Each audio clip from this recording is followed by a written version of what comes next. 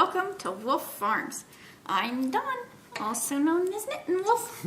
And I'm James, also known as Wolf Photo. This podcast is brought to you by Wolf Farms. You can find us on the internet at wolffarms.net.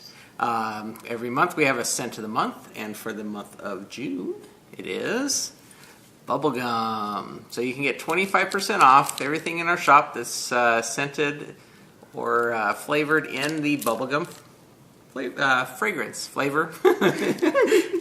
That smells like bazooka bubblegum. I like that one. Yeah, you don't like bubblegum, so. I like the lip balm. Yeah. So, but anyways, you can get 25% off that, and we have other sales in the shop that you can check out. And last week we had wrapped up the free lip balm thing that we'd been doing for darn near 2 months, I think. Darn near, huh? Darn near. And so, because we tried to get all the flavors that we had kind of backed up, get those made and into the shop, so we were giving you an opportunity to try those. So we want to kind of continue that method of giving you an opportunity to try things for free. And so we thought we would move on to our lotions. And so what we're going to be doing is each week we'll kind of block out probably for the next little bit different types of fragrances. And so what we're going to do is give you a free 4-ounce lotion, one of our 4-ounce lotions, and we're going to do the floral fragrances. So you can try any of our floral fragrance 4-ounce lotions for free. This time you have to spend $20 or more because the product's a little more expensive. So $20 or more of other products. Add this to your cart, and so the total has to be, I think, $24.95 or something like that. And then put in the coupon code Try Me. We'll keep using that code so you guys will always know. But put that into the cart, and you'll get a free 4-ounce lotion.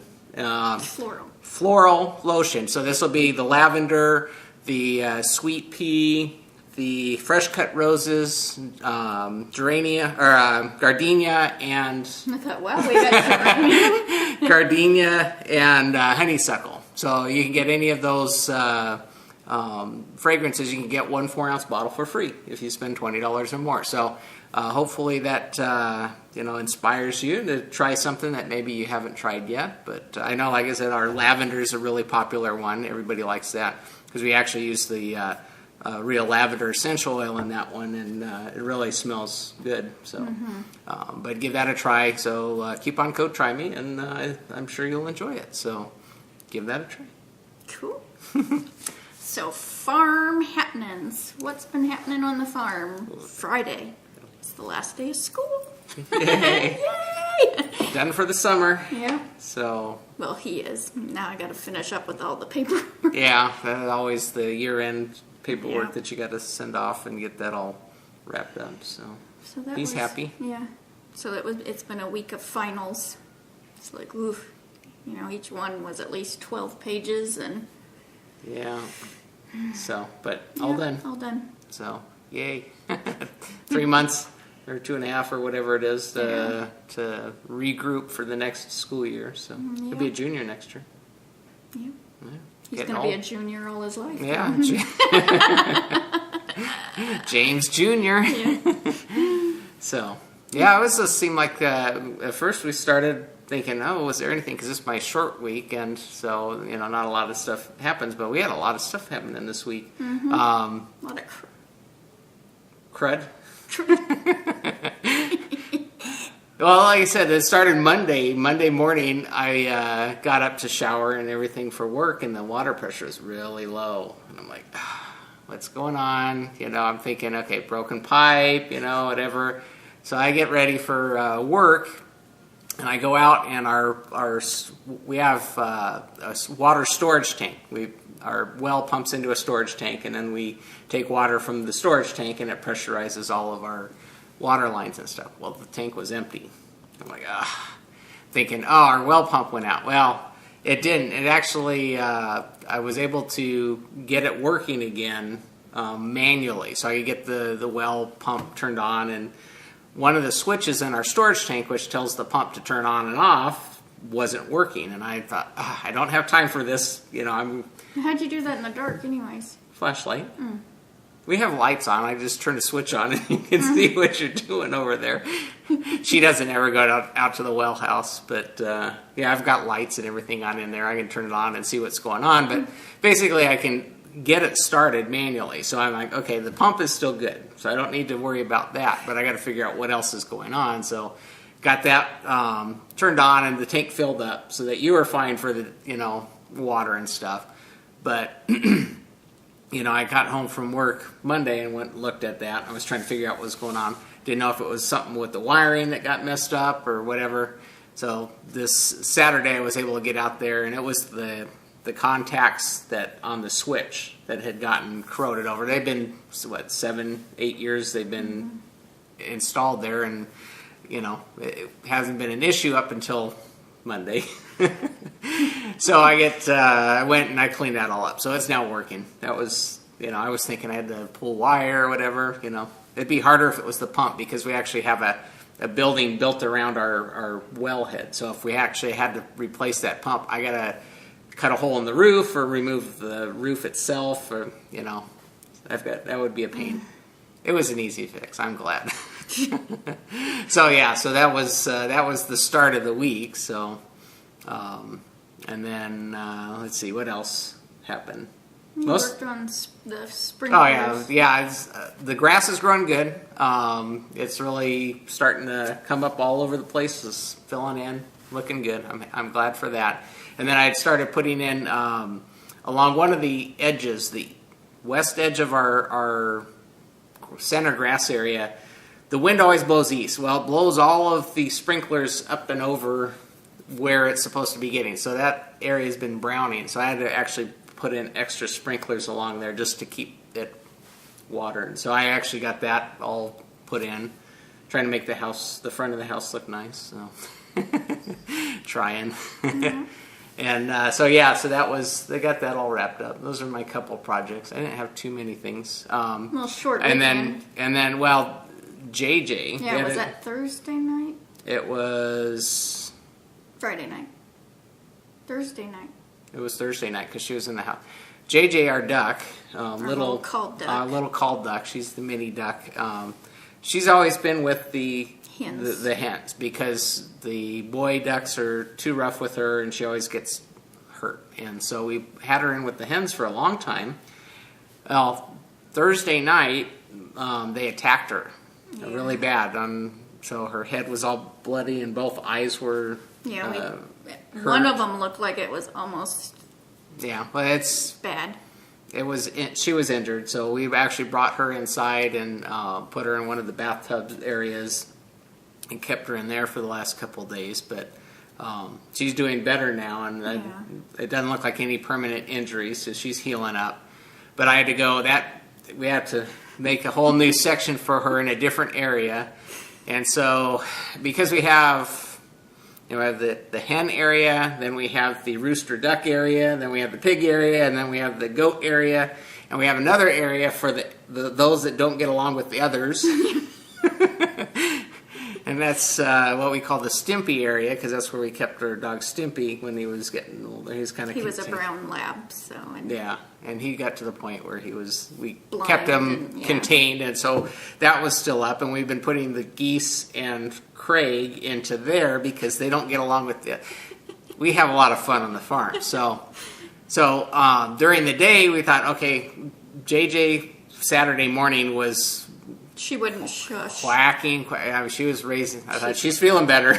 She wants out. I thought, okay, well, let's put her out in that area, and then she can at least be outside, and she'll be separated from the male ducks and the hens and everything. So we put her out there, and then I made a little wired-in cage area in there for in the evening. We can put her in there, keep her away from the geese and Craig. So we have all these little sections in there, because even in the duck area we have a section for the new ducks, and then we have a section for the other ducks, and we try and keep peace on the farm. It's really it depends on how many sections you have to keep keep them corralled in. So we got her outside and kind of sectioned off, and she's doing better. Like I said, she's kind of back to her normal self, and then but last night we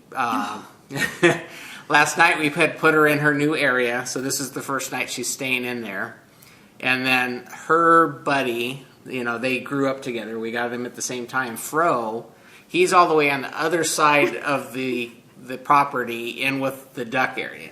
And she is just she's quacking, and he was having a fit. Yeah, he was nervous because they always, although she was with the hens, the hen and the duck area right next, so they could actually lay together. Yeah, but I mean, there's fencing, but they still are they would always right pair together. Up. And so last night we had to go and take Fro and put him over with the geese and Craig. So that they could, everybody's happy. Yeah, so now that worked out well, and so now Fro always stays on the other side now where she's contained, and they always hang out. But so peace on the farm. But yeah, while we were rounding up critters, 'cause we have to do this every night, I was cleaning out the little baby mallards area that we put them in because they have separate food, water, and I was hosing those out, and they were in the lake. I get done, I look up, and there's only 2. I'm like, where are the other 3? That makes 5, yeah. And I'm like, oh my God. She's like, James, where's the ducks? Where are the ducks? And I'm looking around, and they're almost always together. It's the group of 5. Yeah, and so we're looking around, and I'm like, when's the last time you saw them? She said, I just saw them. I was hosing them down to kind of get them corralled, and so it was just a matter of minutes. And so we're looking around, and they were in the front yard. One had actually gone clear. We have a really busy street here, 100 feet from the house.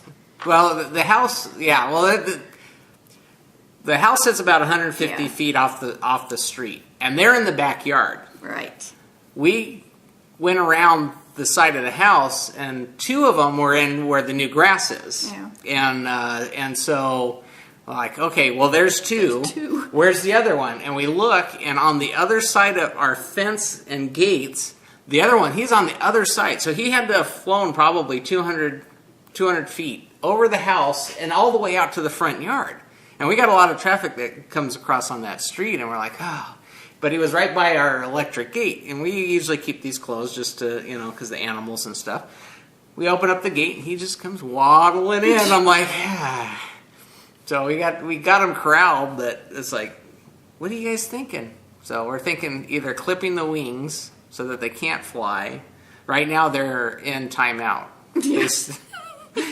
They're staying in their duck area, their night duck area, because that's completely enclosed, all the way around. Over it. Yeah, we have netting over the top of the duck area and the hen area just to keep crows and stuff out of there, and so they're contained right now until we figure out what we're going to do, whether we're going to clip the wings so that they can't fly, or I think once they get fatter, like what? There's no way he could ever get off the ground. So we keep them contained. We can fatten them up. Huh? Well, they're mallards, so they are flying ducks, and they'll fly when they're getting away, and then they'll go right to the lake and land in the lake and stuff, but never up and over and out towards the front. But they were trying to get back in, which is the good thing, so they know where the food's at. But scary. Yeah. Like they're just here. Yeah. So we're having fun on the farm. Duck issues there. Maybe we should put a leash across all of them so they can't, like the chain gang, chain them all together where they can't run. They have to fly in unison if they're going to do that. So yeah, they weren't happy with me this morning because usually as soon as the sun and any sun, sometimes barely sun. Yeah. I let them out, and they're all just like following me, and I'm like, no. And so they stand in the middle of their area, and they're all flapping, and they're like getting like a foot off, but they can't get out. And I'm like, tough, you're in trouble. Time out ducks. Yeah. All 5. Even though the 2 didn't take off, they got in trouble too. Well, they like to be a group, so they can all be in timeout together. So. Yep. And you're good. Where's your fruit? Oh, I didn't bring it.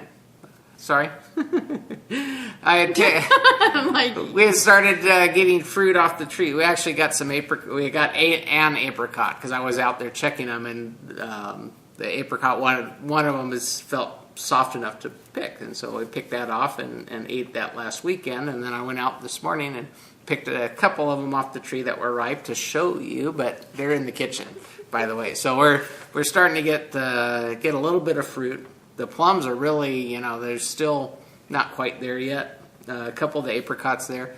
Counted the persimmons, that they won't be ready till the fall, but we have about 20 some odd on our little persimmon tree, so enough to make cookies. So the fruit's starting to come along. We got some strawberries growing. Did you pick one? Yeah, I thought you did. Okay. I ate it. Yeah, it didn't last. Make it to the house. Yeah, so we gotten some fruit off the trees, and the animals are leaving them alone. I haven't seen a squirrel one out here this summer, which is a good thing. So I think they're the ones that were stealing it. And then a couple apricots on the tree look like they'd been pecked by birds, but not too bad. I took those and gave them to the chickens. So, are you doing that under What's Cooking? Mm-hmm. What's cooking? Good segue there into the what's cooking. Yeah, what's brewing. So anyway, we mentioned last week we had gotten a home brewed beer that was a strawberry beer, and that was really good. Well, the person at work had said, because I started talking to her about what that was so good, maybe we'd start trying to brew ourselves. So she said, so she starts going through. She says, I got a book I'll let you borrow. And so she brought by the How to Brew book. And I started, this is by John Palmer. And so I started reading. This is kind of the how-to book. Tells you all the stuff you need. And I just started reading it. So there's a little bit of equipment you need to get brewing and whatnot. So she dropped that off for me to borrow. So I'm reading through that. But she also says, if you don't want to get too involved with the beer, you can do apple cider. She says, that's really easy to do. You just get, an unpasteurized apple juice or something. You get that and you add the yeast to it and let it brew, and that's all you have to do. And she goes, I'll bring you some. So we have. We haven't opened it yet because Don had taken some medicine last night, so he couldn't enjoy that, but maybe for Father's Day. I asked him, you don't want to try it on the podcast? Yeah, by the end of the podcast, you would see some crazy Dawn. She is a lightweight. One sip and she'd be... I'd be doing a lot of editing. Let's just put it that way. So she brought me by a bottle of the apple cider, which I'm anxious to try, and the book. So I'm gonna need to read through that, and it sounds fun. It sounds like something that we would have fun doing. So I think we might start with the apple cider first, but it also goes through the that brewing way we'd beer be likely to drink. And this isn't kid-friendly apple cider. Because when you say apple cider, that's... Apple cider is always alcoholic, except you get the... Yeah, I've never heard of hard. See, it needs to be called You're not hard. hanging out with the right people. So this is cider. Let's just say. Yeah. So yeah, this is fermented. Let's just put it that way. So it's got alcohol content. So we'll probably make that. But I'd mentioned that we were talking about making blackberry beer, and she had made some last year and said it was one of her favorites. So it's like there's so many different ways. It's like our soap. Depending on what ingredients you put in, you get different things. It's like a different amount of hops, different amount. It's like you start here and then you have fun playing with whatever you do to kind of come up with your own recipes. So that's what's cooking, what's brewing, what's cooking / brewing. This will be our new segment as we go start throwing stuff in a bucket and fermenting it just to see how make some potato wine, huh? Really? Yeah, there's sugar in anything that's got sugar you can ferment. So yeah, you can make potato wine. Well, I know the lady who actually taught me how to knit, she would do brandies. She'd get, I guess, just, I don't know. Yeah. She put fruit in it, and, you know, she thought it was funny to bring me this fruit that's been sitting for years in this brandies. Tastes good. Yeah. So, yeah. That's what it reminds me of. Yeah, so we'll probably have to start dabbling in our Wolf Farm Brewery there, and that's what everybody's getting for Christmas this year. I'm gonna have to go stock up on some bottles and caps because I think I guess you could make it in the smaller batches, but I think what they're saying here is, you know, a 5-gallon bucket will make, you know, 48 of these, and I'm like, for much as we drink, we're gonna probably drink one and then give 47 away because we just don't drink that much. But that's why I said Christmas. I know. Here's your 6-pack. Here's your 6-pack. Have to have more parties over here just to get rid of it, huh? Give them a hay ride home, huh? Hook them up to the tractor and throw them in the back and take them home. So what's in your coop? In my coop, this is the Magrathea by Martina Bim for our Bim-along. That runs till the end of June. Ball with Limnit Crochet Podcast and Desert Vista Dye Works. I did a little, and this is with the Hurricane Yarn Oz colorway. She's on Etsy. There's the pretty yarn. Gold sparklies. Yep. And I did a little bit. Where's the, there we go. Have to ask, is that why you're using your gold colored needles? No, because they're 4s and I'm using my other 4s in some. You like to coordinate, so. No, it actually wasn't. So, yeah. I did some repeats, so. Yeah, coming along. Yeah. And I don't think I had any issues on this yet. Yeah, huh? Yeah. Well, if I don't pay attention, then, you know, sometimes I'll like, oops, I forgot which row I'm on, but you quickly notice when the yarn overs aren't where they're supposed to be. Yeah. If you're reading your pattern. Yeah. Or reading your knitting. Then yeah, that's what I and then helps if you do that too. Then I'm working on the Cloud Chaser, and this is an Amy Swenson pattern. And well, that just ripped my rings right across. This is with Knit Picks Swish DK in the Marina colorway. DK weight. And this is gets so twisty. I did this much of this side. Here, I guess I'll show it.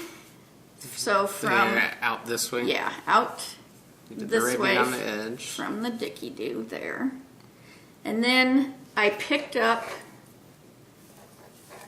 along the right, or is this the left? I don't know what it is. Along the left side here, across the back, and on the right. Well, that was all fine. But once I got it done being picked up, it said cast on 63 stitches. And I'm like, okay, because this will lean over to make the drapey collar. Okay, I understood that. You know, and your right side is now your wrong side on this as you're looking at your thing. So it's like you gotta put your head to right side's the wrong side's the right side. It even says that in the pattern. But I'm like, I read through my pattern completely again, because I'll do that a couple times just so I know, because this looked very odd to me. I actually put it in timeout. I didn't even put on the 63 stitches. I put it in timeout because I'm like, what is going on? Because never did it say to put 63 on this side. I thought, when is this going to flip over? So I wrote the designer. I first looked through all the different projects that have been knitted, because there's really not that many. And I thought, okay, no one has any project notes. There's no errata. So I thought, I'm going to just write the designer. And most designers, I've always had respond. And it's been a week. Because this was last Sunday or Monday that I wrote her. Nothing. I've heard nothing. So I put it in timeout. I read it. Still not making any sense. The next day, I read it. I read it aloud to him. And I'm like, that didn't help either. What do you mean it didn't help? I was giving you advice on what the possibly was going on. Me, the new knitter here, I said, just do it. You said, just do it and trust it. Yeah. I said, well, maybe it's going and then you're coming back across like this, and then, and that's what you're doing. Yeah, this will actually go, this will just keep moving over. Yeah. And that's what I told you. Yeah. Tell me I'm not helping. You just don't want to listen to me. Yeah, but you wouldn't, just very odd. It's okay.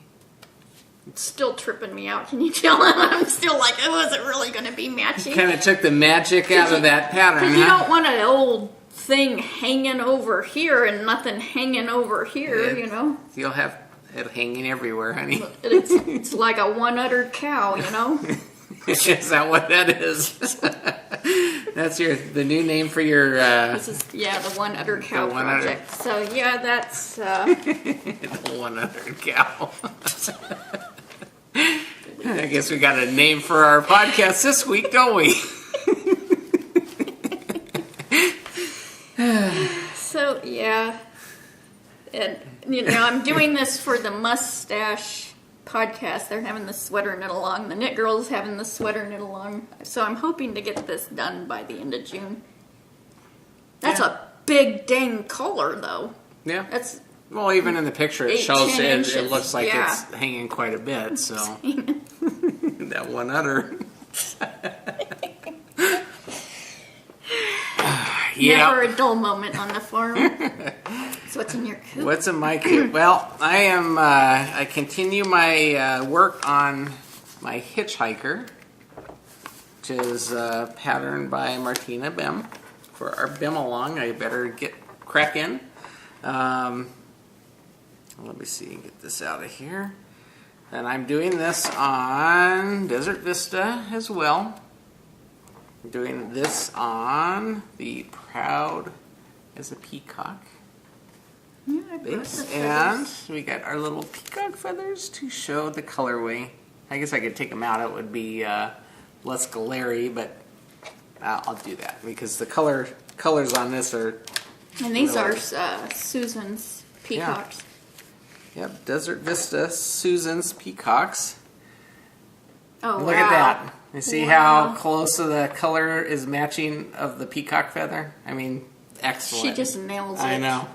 So she set those along so that so she encourages us to get our own peacocks. You're supposed to go pick that. It's Father's Day, huh? We better go pick one up. Yeah. So anyway, we got those, but doing that on that, and here's my. Let's see. Get this unwound. I got 3 teeth done since last week. So there's the Dicky Doo, and each row is 4 teeth. Is that 4 teeth? See, it helps if I can count. Yeah, let's count. Well, there's 1 2, 3, night 4. even I didn't have time to knit. Yeah. So it's coming along. The rows are getting longer. Thank you. But it's fun. Like I said, it's a fun knit. It's a time issue more than anything for me. I always got something going, but I've got a little ways to go still before I get to my 40 or 42 teeth. Mm-hmm. And it's the middle of the month, so I got 2 weeks left to get that knocked out. Huh? Yeah. So I better get cracking on that. It's coming along. Like I said, it's a fun knit. And I like that the was color. neat how you put the feather up against it because that You just can see the colors, the matching. Good job, Susan. She's so good. So that's what's in my coop. I don't have any other projects. So. No. But it's coming along. I got to focus on that to see how far I get by the end of the month. Isn't that when our Bemalong ends? Yeah. So nothing flew the coop. Well, they did. they ducks really flew. But on the knitting front, no, nothing's been completed. So we go to Squeal Like a Pig. And this week's Squeal Like a Pig is a Squeal Like a Pig, and it's a review. Because I was sent some markers from Misty, and she is the nagging knitter. It just still cracks me up. And that she has the Nagging Knitter podcast. Well, she also has Wired Heart Jewelry. And I will put the link in the show notes. And Wired Heart Jewelry on Etsy. And did I say her real name's Misty? I think you did. I think I did. I know I said the Nagging Knitter because it makes me chuckle every time. And she sent 3 different kinds for us to, and I so wanted to really try them out, but she had them packaged so nice, and although I just went and took them all out of the package, so I guess it wouldn't, I didn't want it in my project and then have to come back. So these ones are her micro stitch markers.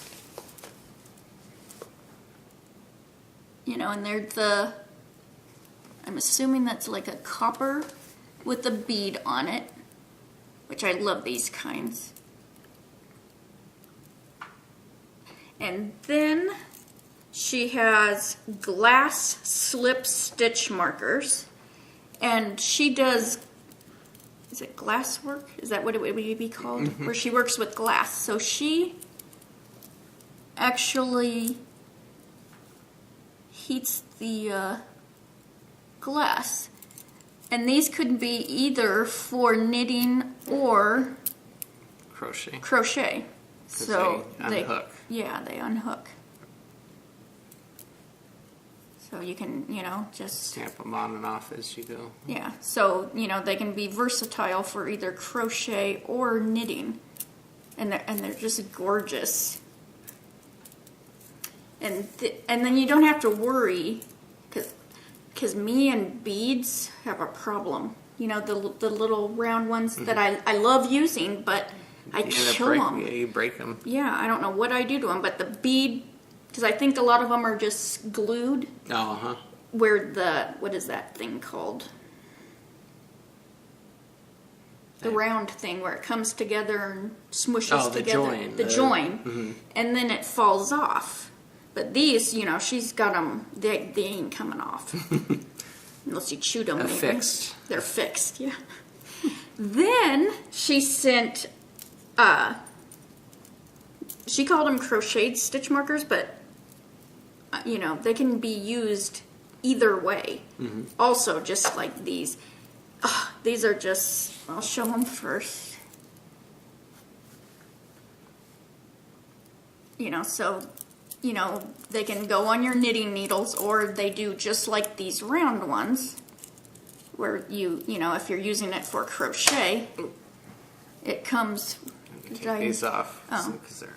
So they can just come right off. And what's super duper cool... See, you're going to show it? Yeah, show that while you're talking about it. I don't know which one that says. I can't see. Let me see. I'm going to poke that's a Dawn one. She does personalization on the little round disc that are hanging here. And one of them says Dawn, and the other one says Fuji. Trying to catch it where you can see. Maybe you can see that, but... So, what an awesome, Yeah, so these, that's a little thing, and she's got the wording, the lettering stamped in little tiny things. Itty bitty. See, Misty, it makes me feel old because I can't see it. But I got pretty good eyes. But yeah, I mean, so what a unique gift if you wanted to get someone these, or, you know, even for yourself, you know, that, you know, she could do like ones that say increase or decrease, like if you're a sweater knitter. So when you come to that stitch marker, you know oh, where you're, you know, especially if you're old and you forget what you're on, and it's, oh yeah, I'm supposed to decrease there, or, you know, if you're in a swap to get that person's name put on them. So it's like such a unique idea, and they're just gorgeous. They look like jewelry. So if I do that, then I can't see nothing. So yeah, and she's got other different things in the works. You know, she's thinking I'm doing stitch mark, not stitch mark, shawl pins, and she's got a whole bunch of ideas to that are brewing. Hard. She's brewing too. So, yep. So go give her a look-see, and I'm sure on her podcast she'll be showing new things that she's coming up with and doing. And so, yep, these are going right on my project right now, because I was like, oh, you know, I didn't want to, oh, here's my project, and it's like, you know, then I have to drag it back out because they'd be, you know. So. Yeah, you always do that whenever you get something. You hold off on using it until we get to the where you can show it because of the packaging. But so yeah, these are so pretty. So thank you, Misty. And yeah, you can see where she's forming the glass ball onto the end there. So cool. Isn't that neat? Mm-hmm. So thank you so much. Awesome. Yeah, I was really excited, and they got here quick. So she's got fast shipping too. Mm-hmm. Squeal like the pig for me. Do you squeal? I could squeal. Sometimes I get things that get me excited. Really? So today, what got you excited? Well, you always do. But today is Father's Day, so you know, you get the obligatory gifts given to you. Well, this Father's Day, I get a batch of unique gifts. So. And Don and Jimmy did a good job picking out. But you know, I'm a camera guy, right? So I get the package and I start opening it up, and what I see is a little, you know, this is Canon, you know, the typical Canon type box. I'm like, oh, a lens? You got me a lens? And so I take it out of the package, and look at this. It's a cup. It looks just like a Canon lens. Like, that is awesome. This looks just like it is the same size and everything. Almost seemed like I could mount it onto my camera, but that'd be funny if it actually fit. Yeah, but no, this you know, it looks just like the lens. I'm like, oh, this is awesome. An awesome little travel mug cup for me to use and in my camera photography frame there. So awesome. So thank you guys. You did good. You don't drink coffee, but I figured you'd stick your water. Oh. But yeah, no, that is awesome. That is a unique, perfect gift for me. So, but yeah, so that's pretty cool. Because I took it out, I really did think it was a lens for a second there. I'm like, what do you guys? I thought they took one of my lens boxes and stuffed something in it until I started looking at it. I'm like, wait, I don't have that lens. Then I start looking. The other picture is a cup of coffee with a spoon out of it. So, but oh, that was awesome. So thank you. Got me squealing. I got you squealing. Yeah, you did. So picking on the farm. Wow, we just did from you picking one camera thing to another.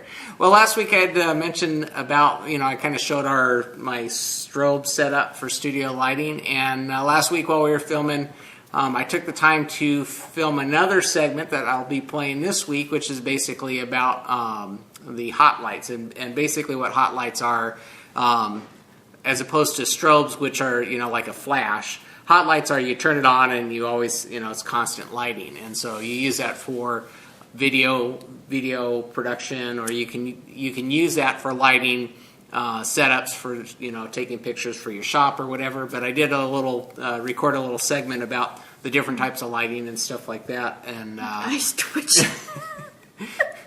and so I got that. I filmed that last week after we filmed the one segment that we showed last week. So let's cut over to that, and you can learn a little bit about the hot lights and some of the things to watch out for that. So let's cut on over to the studio.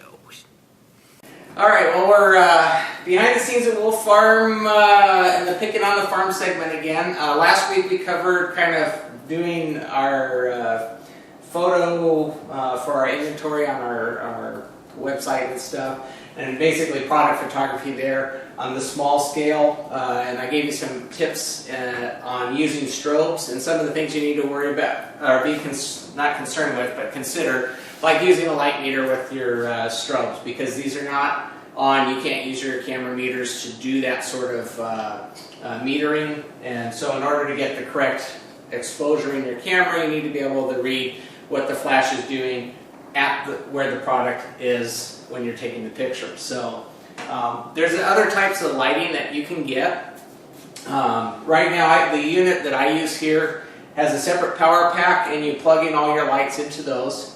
There's other types of studio strobes that you can get. They're called mono lights, which basically is everything built in to the unit itself. So all of the power and stuff, you just plug it into the wall and connect your camera to it. That's called a mono light, and you can string those if you have a couple of those.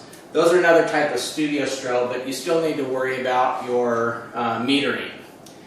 There's other type of lights that you can use, and these are called hot lights. And these are used more for, you can use them for video or for still photography.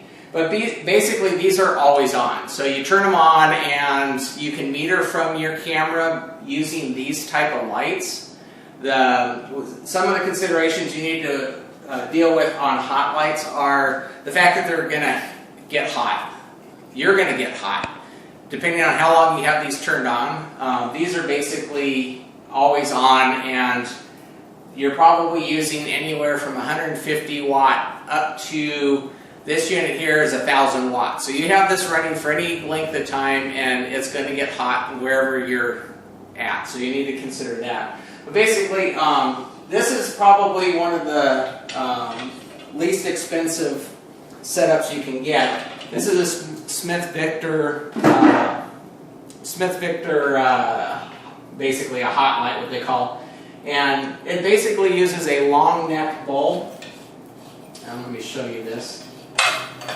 Just like what an incandescent bulb that you would use, this is actually a photo light, but it's just similar to the ones that you put in your lamp. And these photo lamps have color temperature. This particular bulb is a 3200 degree light, and this basically is the same temperature as your standard lamp bulb. And so the reason why I'm pointing this out is when you are taking pictures, you need to consider the color of your products. What this is going to do is it's going to cast a yellow cast on everything you're taking a picture. And your cameras actually have a color balance, auto color balance, that will sense that you're using incandescent bulb, and it will try and correct for that, but that's going to change the color of your product. So if you're using yarn, this is probably going to cause an issue with the color if you're actually using this. On this lamp, you'll notice this bulb is blue. Well, this is a photo lamp that is actually color corrected. And this one is actually 5,000 degree Kelvin, which is basically the same color temperature as the sun. So if you're taking pictures and you're using hot lights, you want to get the photo floods that are balanced for the sunlight, so that your products, when you take a picture of them, aren't affecting the color and the end result. With studio strobes, they're corrected for sunlight, so they shoot at 5,000 degrees. But when you get continuous lighting, because of the way that the bulbs are designed. Okay, so basically, when you're using hot lights, you need to be concerned about the color that's getting cast on by the bulb that you're using. So this unit's a little bit more fancy. It's got heat sinks built in. It does a better job, but these will both both these are supposed to handle about 500 watts. So you can imagine how hot you get after a while of trying to use these. Particularly with this 1,000 watt unit, it gets hot really quick. So you got to make sure that you're using fans and stuff. Also, when you're taking pictures, if you're using like those domes and stuff, you need to make sure that they're heat safe, because it's possible that these could melt your light modifier. Basically, this is a large softbox here. This is considered a light modifier. When you have lighting, you can put softboxes on hot lights or strobes, and this basically modifies the characteristic of the light and controls how you do that. I kind of showed you how over here, how I was using the black foam core to control the lighting. And this is considered a light modifier. The soft boxes are considered light modifiers. But you need to consider what kind of lights you're using when you're using these, because you don't want to get a 1,000 watt light next to foam core because it's a fire hazard. So you don't want to cause a fire because you got hot light sitting next to flammable material. So some of the materials that are used in soft boxes and stuff are designed for hot lights. And this particular soft box actually is geared for putting on the hot lights, because it is actually not it's a fire retardant fabric that you could put on. Plus it vents in the back so that you can let the airflow across it. So, but basically, I mentioned last week that I use a power pack that's a 400 watt second power pack, which is good for product photography. This one here, this has got 5 times the power, and this is for doing large group, or if you need more depth of field, larger soft boxes. When you need to have more light output, you're basically going to get a larger setup. So these are things that you want to think about when you're doing, trying to buy a photo studio setup. Is what kind of things am I going to need? What things to consider, like the hot lights or the strobes? Do I have do I need to get a light meter to, measure the light that's coming off the strobes, or can I get by with these hot lights? This is this is an easy way to get started, is the hot light here. But just consider getting the color corrected bulbs, and don't put them next to things that are flammable, and you should be fine. So hopefully that kind of gives you a sense of what, there's a plethora of lighting options out there. But when you're first trying to get started, sometimes you don't want to invest a lot of money until you know how it's going to work out. But you can try the hot lights. This is probably the least one, but going into studio strobes works a little better. You may have noticed that I didn't use a tripod last week. And with the studio strobes, because of the flash is instantaneous, motion usually isn't an issue, because it's like it's stop action. And so when the flash flashes, it captures whatever's going on at that time. I could use a tripod, but when I'm running through a lot of products, it tends to get in the way. And so, there's, like I said, there's rules in photography, but you don't always have to follow them. Like my rule for using a tripod, if I'm doing landscape, that's 100%. You have to use a tripod. But for studio photography, because the lighting's instantaneous, you can do it without. With hot lights, you probably will want to use a tripod, and that's because you'll still have movement, and it's based on how much light's coming out of here. It's not instantaneous, and it's possible that you could get some movement in there. So I hope that gives you some ideas about lighting, and you're welcome to ask me any questions you have through the Ravelry discussion for photography questions. So let me send this back to our podcast now. All right, we're back. We're those hot.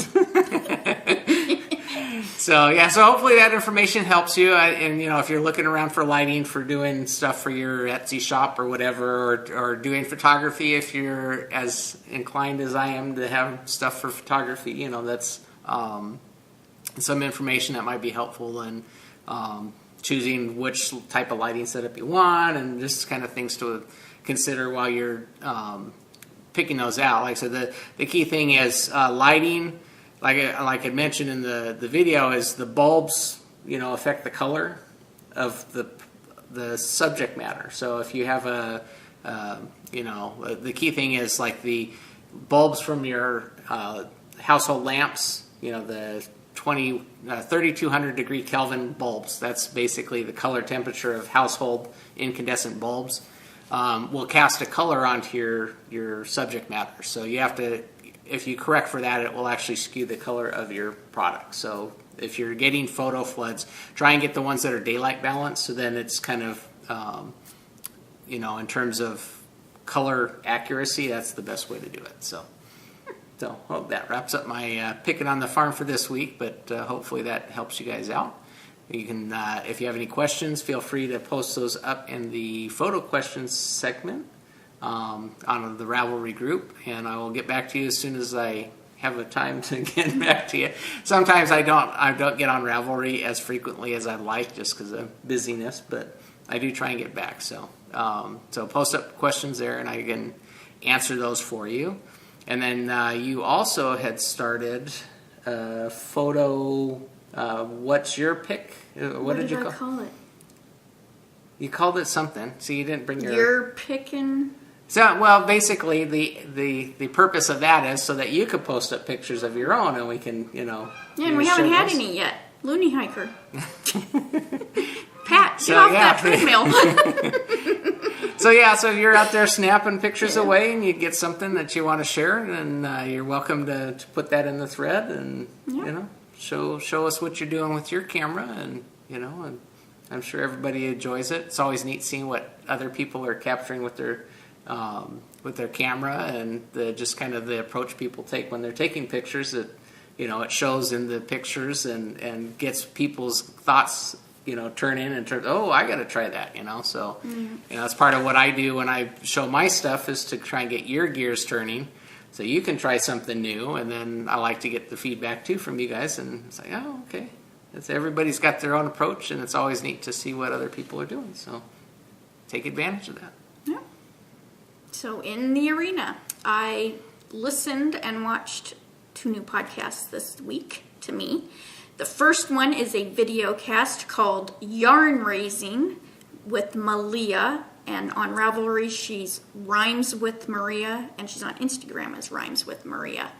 And that has 4 episodes, and this podcast was brought to my attention by Debbie, Calico Kitty 6. She's the one that let me know about it, and so I went and watched it this week, and it was really good. And she goes into a lot of, has a lot of spinning techniques and different spindles, and some I never even, I don't like spindles, but they're pretty. I don't want to do them, but so the different techniques for that, and so it was really interesting. And she always shows a new tool for, each podcast. So cool. Go give that a look-see.